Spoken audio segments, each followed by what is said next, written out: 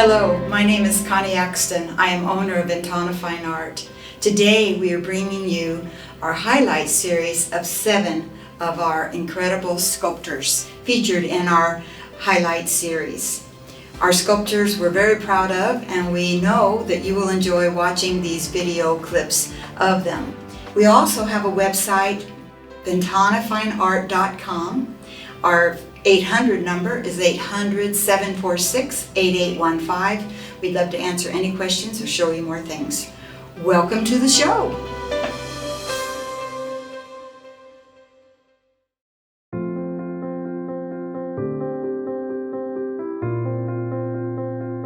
Mark Yale Harris left a rewarding career in hotels and real estate to realize his lifelong dream of being a sculptor. When he committed himself to that career in 1996, he sought and received the mentorship of great sculptors Bill Prokofiev, Alan Hauser, and Doug Hyde, each of whom shared immense knowledge, talent, and vision. Rather than work in oil-based clay on an armature, which provides a forgiving medium that is workable as long as the sculptor requires, Mark elected to work in stone, marble, alabaster, and limestone. Before allowing a favorite stone sculpture to go to a collector, Harris has a mold made so that he can offer limited edition bronzes of these sculptures and share the beauty of his work a bit more widely. Exhibition highlights include the Royal Academy of London, the Marin Museum of Contemporary Art, National Museum of Wildlife Art, the Royal Scottish Academy, the Orange County Centre for Contemporary Art, the National Sculpture Society, the Holter Museum, the Millicent Rogers Museum, the Mazur Museum, the Booth Western Art Museum, many others. Recent exhibitors include the Village Green Sculpture Garden in North Carolina, the Open Air Museum in Obe, Japan, the Orr O'Keeffe Museum of Art in Mississippi, and the Polk Museum of Art in Florida. Hilton Hotels, Four Seasons Rock Resorts, La Posada de Santa Fe Resort, Herman Memorial Hospital, and the state of New Mexico are among his many institutional collectors. Harris is known for distilling his subjects to essence, eliminating surface detail in favor of smooth, graceful interpretations of form, gesture, and feeling. His works range from sleeping baby bears to monumental sculptures of couples in love. Horses, koi, and longhorn cattle take on a soft gentleness appropriate to the subjects and in contrast with the hardness of stone and bronze in which they are presented. Harris sculptures are characterized by graceful, curvilinear forms that attract collectors for the contemporary, disciplined absence of superfluous detail and the succinct eloquence of form. When Harris makes a bronze from an original stone sculpture, he specifies a patina that will mimic the look of the original stone.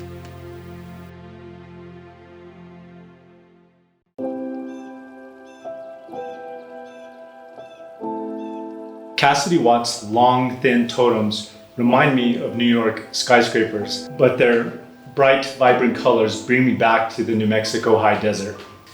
Here at Ventana, we've learned that everyone responds individually to these assemblages of color and texture.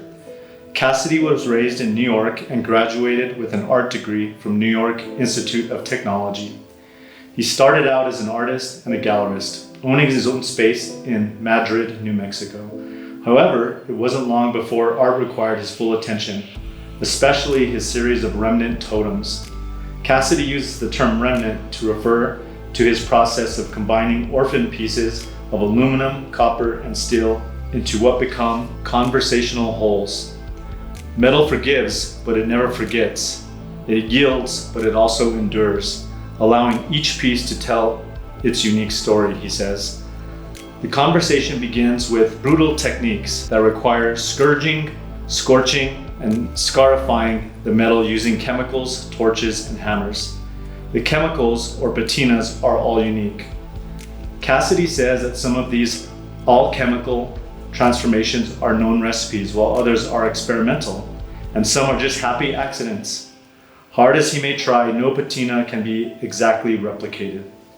Once equipped with a supply of disparate words, Cassidy cuts the metal into squares and rectangles and begins the conversation by assembling the pieces into wood panels. He is undeniably a master of stacking and combining colors, textures, and shapes that evoke symbolic transitions of confrontation, reaction, and resolution.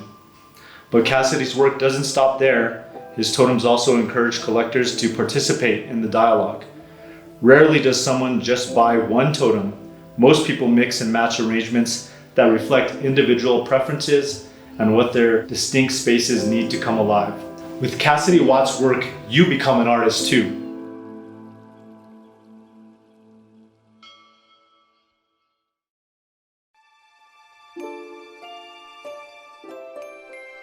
Hello, I'm Wolfgang Mabry. Jim Aegis became a sculptor in order to create and represent beauty. His gifts and passion for art were apparent during childhood when he attended private school in St. Louis, where he said that he studied art ferociously. After further study at Missouri State, Aegis moved to Colorado in 1970, where he fell in love with his surroundings and free-spirited mountain lifestyle. He developed a close connection to nature through years of building log cabins and fighting forest fires. Jim's love of art was not to be suppressed.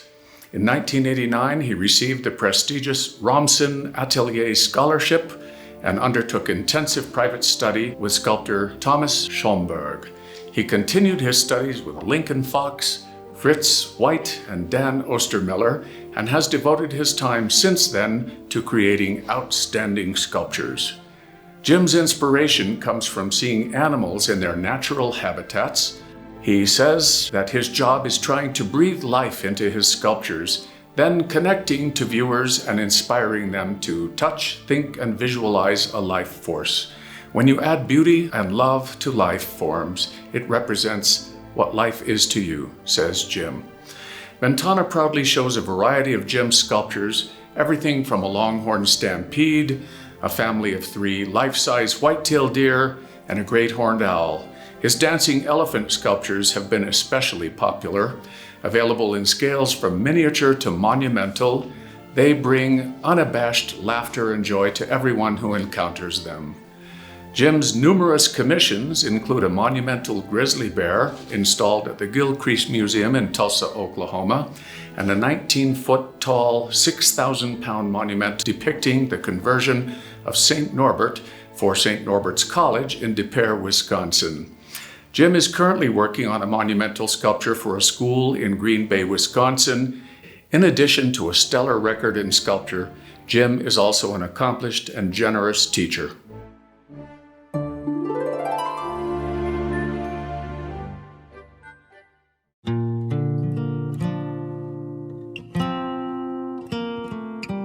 It's hard not to smile when you see a sculpture by Giuseppe Palumbo. My personal favorite is 3 Dancing Sheep, titled All Together Now. On the other hand, Connie likes Frida, a strutting chicken that holds court no matter where she is installed. Giuseppe says that he intends his sculptures to be relatable and to evoke emotive responses. He is thoroughly unafraid of ascribing human qualities, such as whimsy and parody, to animals. Art does not have to be devoid of humor, he says, adding, levity is utilized as a tonic and protests against the paradoxes of the human condition. Although he was born into an artistic family, Giuseppe began his work life in the fields of construction and design. When he learned that his designs elicited emotional responses, he decided to study fine art in his 30s. Today he has 2 studios, one in the rugged mountains of Colorado and the other near the water in the California Bay Area. Both environments influence his work.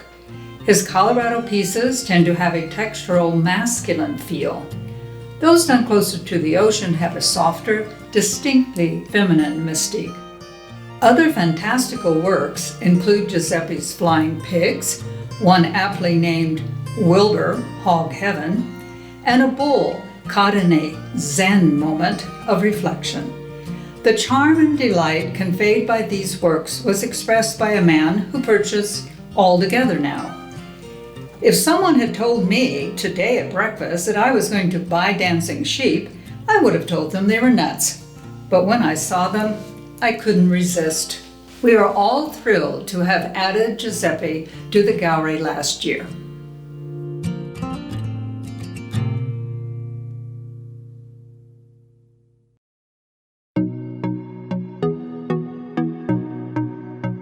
Jimmy Cook's perception of the artistic potential in waste wood first manifested as a hobby, but it quickly became a passion that led to a professional career creating aspen craft bowls.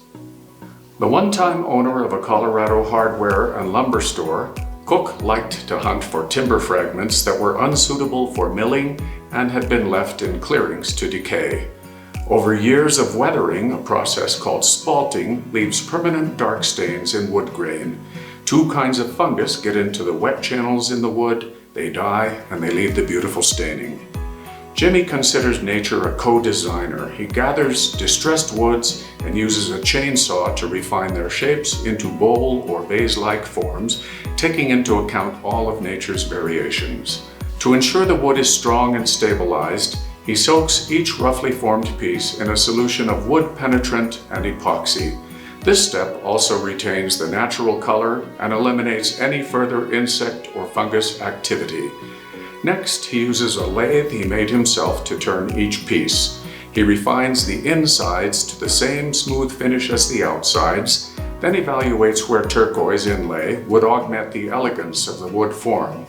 He fills these indentations and crevices with turquoise and sometimes coral inlays. The turquoise can be in the form of solid stone, powder, or chips, depending on how it will be most visually effective. When the exterior turning, interior routing, and semi-precious stone inlays are complete, Cook finishes all surfaces with urethane varnish. Jimmy Cook is quick to remind collectors that he never takes a burl from a living tree. His amazing ability to see the beauty and reveal the organic integrity of what otherwise would be waste raw material has attracted individual and institutional collectors around the country.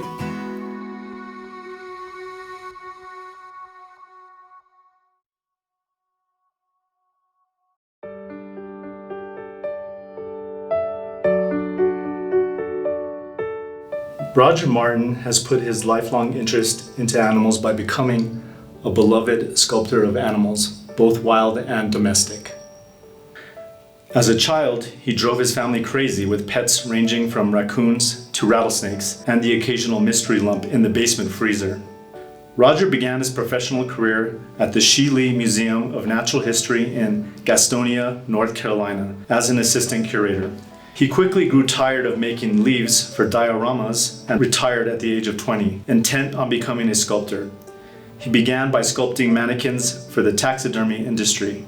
Over a 20-year period, he sculpted approximately 300 animal mannequins ranging from deer mice to Cape buffalo. That work gave him the opportunity to study animals in the world in their natural behaviors and habitats, and then return home to create life-size anatomical portraits. After 20 years of working for others, Martin wanted to sculpt fur and feathers, and he began working in clay for his own subject in bronze. He appreciates the freedom clay gives him to create texture on the surfaces of his lifelike forms. For this sculptor, texture is not a simple recreation of fur and feathers, it is about the reflection of light. Ventana offers Martin's sculptures ranging from a 5-inch fox kit called Sly that no one can resist to a 71-inch pair of bears raiding a bird feeder called Black Mountain Bandits. He never articulates the fur and feathers he loves to depict because the best fine art sculpture always has signature elements that represent and identify the artist. Martin's surfaces have a certain chiseled look, a bit of roughness appropriate to the animal, and he always succeeds in capturing everything about the animal: innocence, swiftness, playfulness, watchfulness, and grace.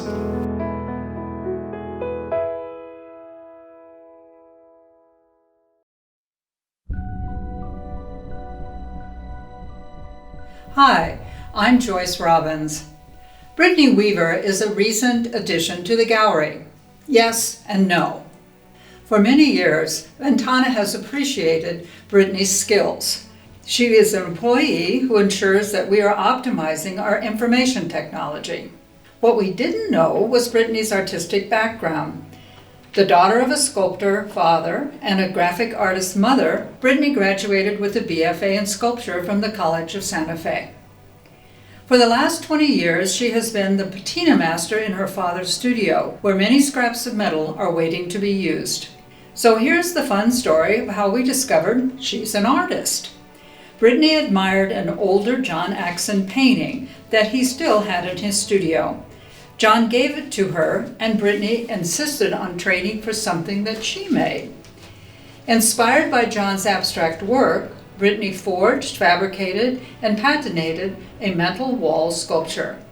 John was impressed and encouraged her to create more. Then he suggested that Connie take a look. "Give me 7 to start with," Connie said, and within a week, 6 had sold.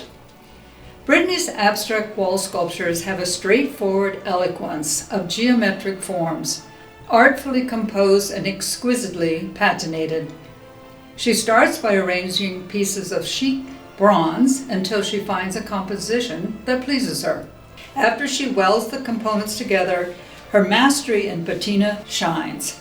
Brittany says the patina can make or break a piece, so she does make sure she gets that right. Welcome to the gallery, Brittany.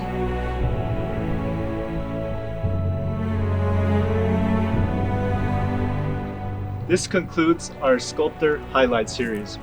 We would like to thank our artists, our art collectors, and art enthusiasts for watching and sharing these videos. And you can always visit us at ventanafineart.com. Many thanks.